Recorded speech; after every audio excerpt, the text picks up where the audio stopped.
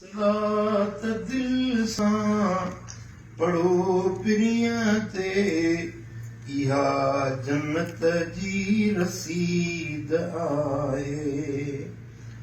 जिहाद जेको करे थो मोमिन उन्हीअ कई जन्नत ख़रीद आहे।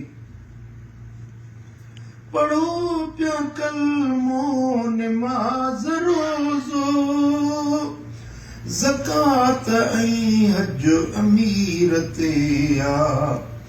इहे ई इस्लाम जा रुकन आहिनि लिखियो क़ुरान मजीद आहे। ईमान ही आ मञण ख़ुदा खे, मञण मलाइक किताब रब जा, मञण नबीअन, मञण तक़दीर, उथण हशर में मज़ीद आहे। शुहूद वारा सुजूद करियो, इहो आहे एहसान नूर क़ल्बी। कयो इबादत जो ॼण ॾिसे थो उहो हमीदुम मजीद आहे। अबू बकर वारो सिद्दीक़ घुर्जे, अब्दुल शुजाअत इब्न ख़त्ताबी, इब्न अफ़ानी इल्म हिल्म ऐं अलीअ जो मोमिन मुरीद आहे। उम्मत खे आका बिना बतोहफ़ा, क़ुरान ऐं अहल बैत पंहिंजा, सुञातो सकलैन खे जहीं आ, उन्हीअ खां दोज़ख बईद आहे। खुदा जा अहकाम आ शरीयत, अमल उन्हनि ते इहा तरीक़त, उन्हनि जा इसरार आ हक़ीक़त, शुनीद खां वधीक दीद आहे। अमर मञण ऐं नही खां रुकजण, यकीन महकुम थी घुर्जे तक़वा, इहा सबीले रशाद उन ते जुनैद शिबली फरीद आहे। खुदी तकबुर ऐं हिर्स दुनिया, ज़ुल्म सितम ऐं हदूं उरांगिड़,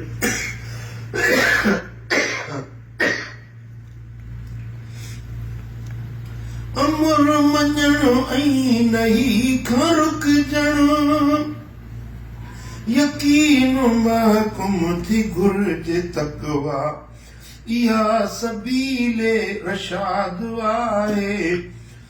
उन्हीअ ते जुनैद शिबली फरीद आहे।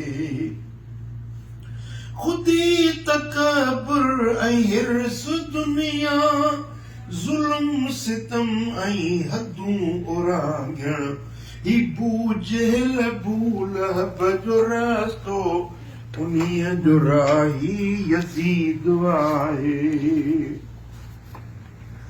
बदीअ जूं पाड़ूं दुनिया जी महबत, नशो विञाए थो नूर बातिन, क़ुरान मञंदो ईमान वारो, बेईमान जे लाइ हदीद आहे।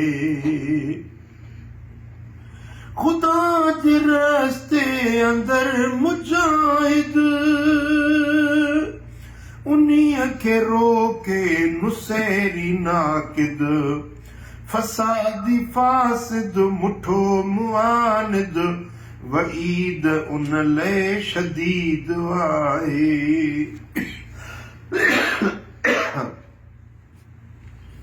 बदीअ जा अॻवान खोड़ सारा, कि गामदी कादियानी कारा